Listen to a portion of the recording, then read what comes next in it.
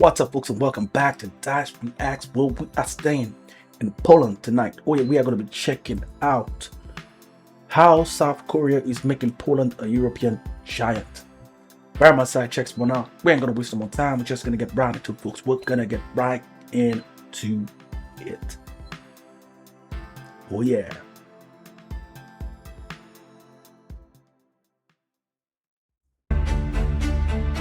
Ready to hear a fact that sounds completely fictional? The country that has purchased more of South Korea's heavy military gear than any other nation in the world is not in Asia, it's Poland. The distance between Warsaw and Seoul is roughly 5,000 miles. Yet today, these two nations are locked in one of the most unexpected, ambitious, and frankly, world-changing strategic alliances on the globe, touching on everything from tanks and fighter jets to the very batteries in your electric car. This is the story of how Poland became South Korea's gateway to Europe and how this partnership is reshaping the economies and defense of both nations and potentially the future security of an entire continent. Stick around to understand the massive implications of this partnership. The bedrock of this relationship is a defense partnership forged in urgency and defined by massive scale. Following the full-scale Russian invasion of Ukraine, Poland faced a strategic imperative: quickly modernize its military and replace older, Soviet-era equipment with modern, NATO-compatible gear. Traditional Western suppliers often face long production backlogs, sometimes extending a decade or more. This is where South Korea, a global defense industrial power that has continuously mass-produced high-quality, battle-tested equipment for decades due to its own security concerns, stepped in. Poland found a partner capable of delivering speed and scale. This isn't just a small deal. Poland has become the largest single customer for Korean arms exports, committing to procure hundreds of K2 Black Panther tanks, K9 Thunder self-propelled howitzers, and FA-50 light combat aircraft. Whoa. But the partnership isn't a one-way street, and this is where it becomes truly strategic.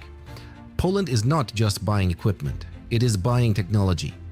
The core of the K2 tank deal, for instance, involves an absolute commitment to technology transfer and co-production. The early batches arrive fully built from Korea, but the subsequent batches, known as the K2PL variant, will eventually be manufactured, assembled, and maintained in Poland. This commitment is vital for Poland's long-term security, ensuring that Polish companies and Polish workers acquire the know-how to repair, overhaul, and even upgrade these systems independently. For South Korea, this is a Yeah, so that's very important because not just about getting the machines from another country to boost up security in your country, which is Poland, but what's important to maintain those equipment, those vehicles, because that'll be a plus if you could have those technology and maintain it. Because, for example, in smaller countries, sometimes they have different type of gadgets, different type of machinery, but they don't really have the people to maintain it. So they have to get people from other countries to service those kind of technology. And you can see they really want to step up the game in terms of competing on the world stage when it comes to defense. They're definitely getting there. From I've watched all the videos, and Poland is really going not just far, but they're going fast in terms of rising up in the technology department when it comes to countries, when it comes to economics. They're rising in that field as well. So they're doing great things as far as I'm seeing. and even upgrade these systems independently. For South Korea, this is a brilliant maneuver. They gain a massive reference customer within NATO, proving their capabilities to the entire European market, while giving Poland the essential guarantee of industrial autonomy. It's a win-win that builds deep, lasting industrial ties. The second pillar of this partnership, and the one that affects the daily lives of millions, is trade and investment. Long before the defense deals, South Korea had already quietly become the largest Asian investor in Poland. It's heavily concentrated in the high-tech, future-oriented sector of electromobility. Specifically, South Korean giants like LG Energy Solution have built sprawling mega factories in Poland, making the country a global hub for electric vehicle battery production. If you drive an electric car in Europe, there's a very high chance its battery core came from a factory operated by a Korean company right in the heart of Poland. Damn. This is critical for Poland, generating thousands of jobs, fueling local supply chains, and positioning the country at the forefront of the European Green Deal beyond defense and batteries. The cooperation extends to fundamental energy security and infrastructure. Poland is in the midst of a critical transition away from coal, and nuclear power is a key part of that future South Korea's nuclear energy industry. Led by companies like KHNP, is a major player here, having successfully bid for projects like the planned second nuclear power plant at Putnov Korean Technology, and experience could be essential in helping Poland diversify its power grid and achieve long-term energy independence. Furthermore, in broader infrastructure, Korean expertise has been tapped for major strategic projects like Poland's ambitious Central Communication Port, CPK, which aims to create a giant airport, rail, and logistics hub connecting all of Europe. Damn. What makes this relationship particularly resilient is the growing cultural connection. South Korea's Hallyu, or Korean wave, has swept Poland just as it has the rest of the world. K-pop, K-dramas, and K-beauty are hugely popular, leading to a massive interest in the Korean language and culture. This cultural familiarity subtly lowers the barrier for business and political cooperation. When the public and younger generations view a partner country positively, whether it's through enjoying the latest Korean blockbuster or listening to a hit song, it creates a warmer, more receptive environment for foreign investment and complex defense agreements. This soft power element ensures that the partnership isn't just a cold transactional deal between governments, but one that enjoys public support on both sides. So, why does any of this matter to you, the average viewer? The Poland-South Korea partnership is a textbook example of how geopolitics directly affects your life. The massive defense deals mean Poland is safer, strengthening the eastern flank of NATO, which contributes to stability across Europe. The battery factories translate into cheaper electric cars and new, stable, high-tech jobs in Poland. Definitely. And the energy cooperation means a more stable, cleaner energy supply for Central Europe. This isn't just two distant countries shaking hands.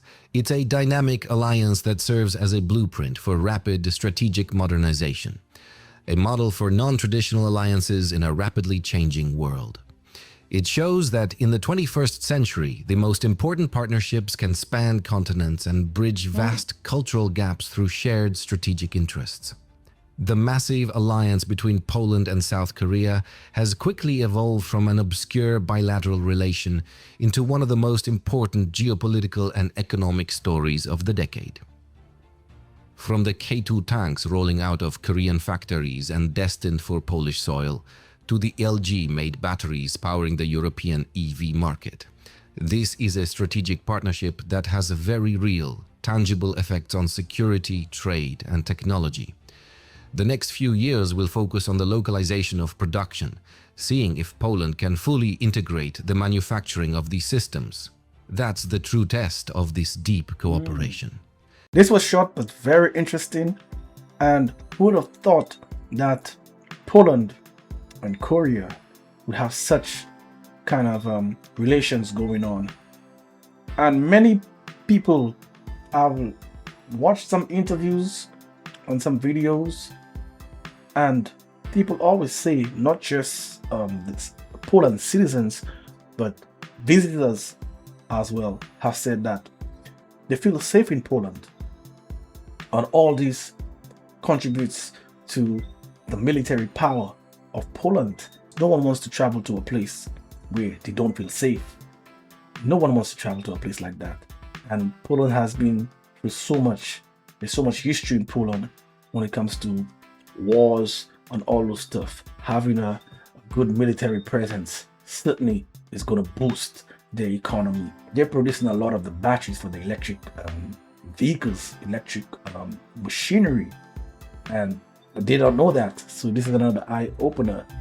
I want to know, They said it's changing, but in times past, how much, maybe like I would say like 20 years ago, in terms of the coal mining in Poland, give me a percentage that the economy relied on coals as opposed to now, in terms of the direction they're going into, in terms of electric vehicles and all that stuff. I would assume it's really probably has gone down significantly because of what they're doing there. So I just want to have an idea so I can see how far they've come. So someone hit me up in the comments with that information in terms of maybe like about 20-30 years ago as opposed to now, the usage of the coal for energy. Yes, like I said, it's a growing economy. You can tell everything is just on the up and up in Poland, and man, that's a good thing. The things that I've seen about Poland is very interesting. I like the country. There's so much history there, and there's so much to look forward to from all the things that they have gone through and where they are now. It's amazing how far they've come. It's really, really amazing. In a short space of time, they've done so much and they're competing on so many different economic levels. So I must say, shout out to the Polish people. The government is really doing a good job in really putting them on the map, per se. Definitely, it's a country I would like to visit, man. Definitely. Join my membership. I got plenty of members only videos there. I'm working on some new stuff. Not going to tell you guys as yet, but you're gonna see it. I'm gonna promote it on the videos that's on the public domain, so you're gonna see it. You guys you're gonna love it, trust me. If you want to see that long drawn outro that I do, hit me up on Dyce Reacts, where I do music reactions. This is where I'm gonna be making my exit. So until next time, peace out.